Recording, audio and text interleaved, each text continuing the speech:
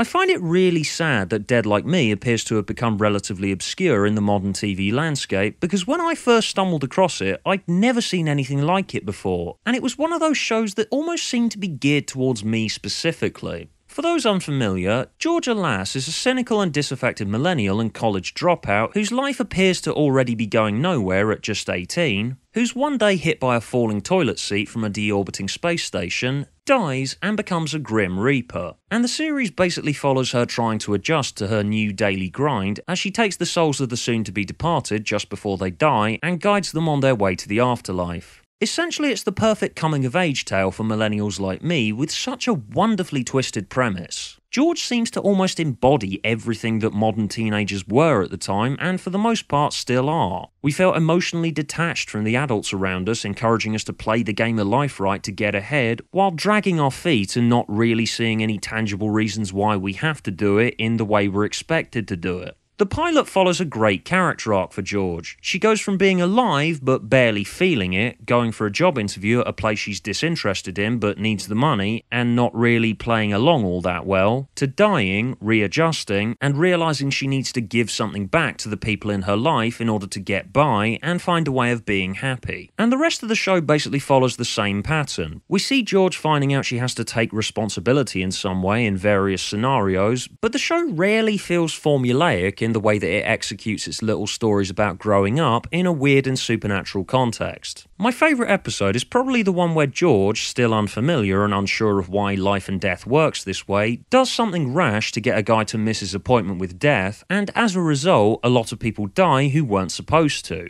I also really enjoyed George's developing relationship with her boss at work, a temping agency that's literally called Happy Time. She's the sort of lady that you probably know in real life. Dolores Herbig. As in her big brown eyes? She's possibly my favourite character in the history of anything ever. There's just something so real and so familiar about Dolores that I just can't help but think that she's probably based almost entirely around one specific person. It just kills me every time that she reveals a really startling fact about her past that you really wouldn't expect of someone with her face, voice and demeanour. God knows I've taken in my fair share of drifters. Shame about the homeless. They are desperate, passionate lovers, but they will rob you blind.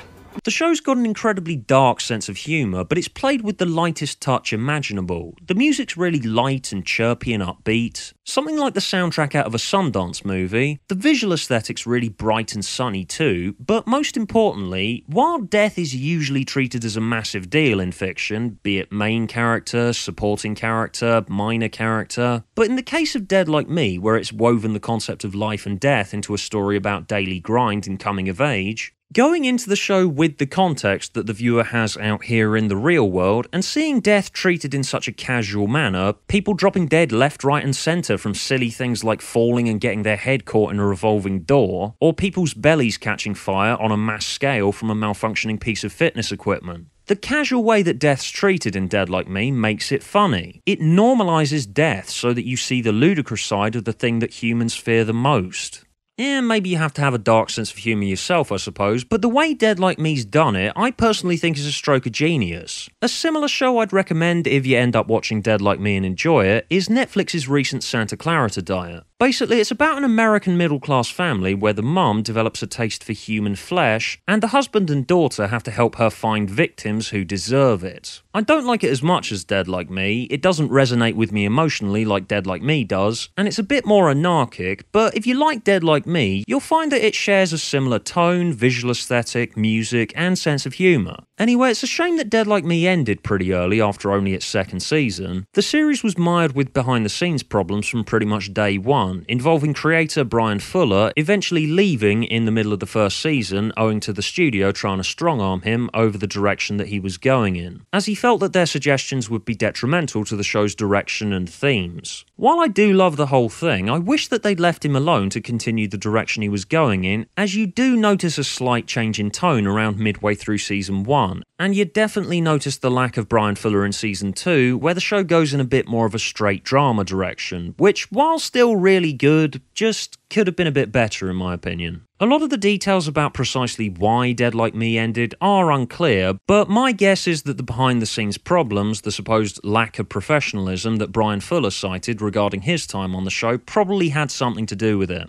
From what I've seen and heard, I'd say it's probably partly down to the studio not really getting why Dead Like Me worked so well. As while we're more used to dark comedy with weird setups these days, setting Dead Like Me against the TV environment of 2003, it looks totally out of place. You just didn't see that many shows like it at the time. That and adding the fact the studio were trying to change the direction of the project, while I think that the following phrase is overused, I'd definitely put the end of Dead Like Me being down to it being too ahead of its time. About 8 years later, maybe it would have survived and flourished. I don't know, I guess we should just be grateful for what we've got, because what we got is really bloody good. Its loose threads never got tied up, which is annoying, but in hindsight, I kinda appreciate the bits left to the imagination that were probably gonna be filled in later. The whole setup with how Rube gets given the time and name of people who are gonna die in order to hand out the assignments to the Grim Reapers is left pretty vague, but the vague bits in the show's mythology are all part of its charm, and it kinda fits with the premise of making life and death part of the daily grind, because when explaining how a job works and why to someone in the real world, people do tend to describe things in a pretty vague and roundabout abstract way.